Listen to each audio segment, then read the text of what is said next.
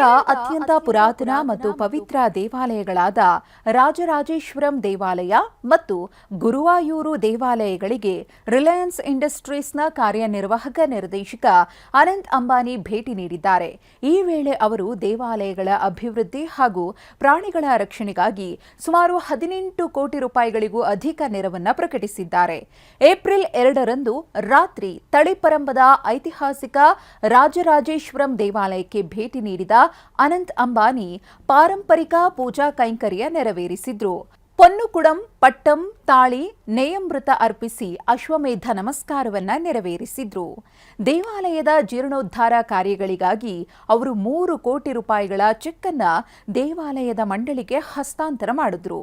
ಇದಲ್ಲದೆ ಐತಿಹಾಸಿಕ ಪೂರ್ವ ಗೋಪುರದ ಪುನರೈ ನಿರ್ಮಾಣಕ್ಕಾಗಿ ಹೆಚ್ಚುವರಿಯಾಗಿ 12 ಕೋಟಿ ರೂಪಾಯಿಗಳನ್ನು ನೀಡುವುದಾಗಿ ಹೇಳಿದ್ದಾರೆ. ಸುಮಾರು 200 ವರ್ಷಗಳಿಂದ ದುಸ್ಥಿತಿಯಲ್ಲಿದ್ದ ಈ ಗೋಪುರವನ್ನು ಪುನಃಸ್ಥಾಪಿಸುವುದು ಭಕ್ತರಿಗೆ ದೊಡ್ಡ ಮೈಲಿಗಲ್ಲಾಗಲಿದೆ. ಜೊತೆಗೆ ದೇವಾಲಯದ ಆವರಣದಲ್ಲಿ ಪಾರ್ಕಿಂಗ್ ಮತ್ತು ಮೂಲಸೌಕರ್ಯ ಅಭಿವೃದ್ಧಿಪಡಿಸಲಾಗುವುದು ಎಂದು ತಿಳಿಸಿದ್ದಾರೆ.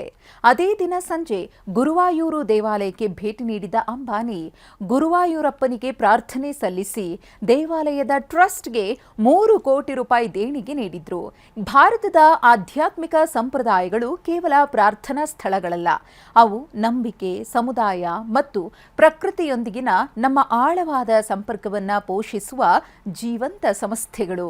ಈ ಪವಿತ್ರ ಪರಂಪರೆಯನ್ನ ಮುಂದಿನ ಪೀಳಿಗೆಗಾಗಿ ಸಂರಕ್ಷಿಸುವುದು ಮತ್ತು ಬಲಪಡಿಸುವುದು ನಮ್ಮೆಲ್ಲರ ಸಾಮೂಹಿಕ ಜವಾಬ್ದಾರಿಯಾಗಿದೆ ಎಂದು ತಿಳಿಸಿದ್ರು. ದೇವಾಲಯದ ಆಚರಣೆಗಳಲ್ಲಿ ಆನೆಗಳು ಅವಿಭಾಜ್ಯ ಅಂಗವಾಗಿದ್ದು ಅವುಗಳನ್ನು ಅತ್ಯಂತ ಗೌರವ, ಕರುಣೆ ಮತ್ತು ವೈಜ್ಞಾನಿಕವಾಗಿ ನೋಡಿಕೊಳ್ಳುವುದು ನಮ್ಮ ಗುರಿಯಾಗಿದೆ ಅಂತ ಅಂಬಾನಿಯವರು ಈ ಸಂದರ್ಭದಲ್ಲಿ ಒತ್ತಿ ಹೇಳಿದ್ರು.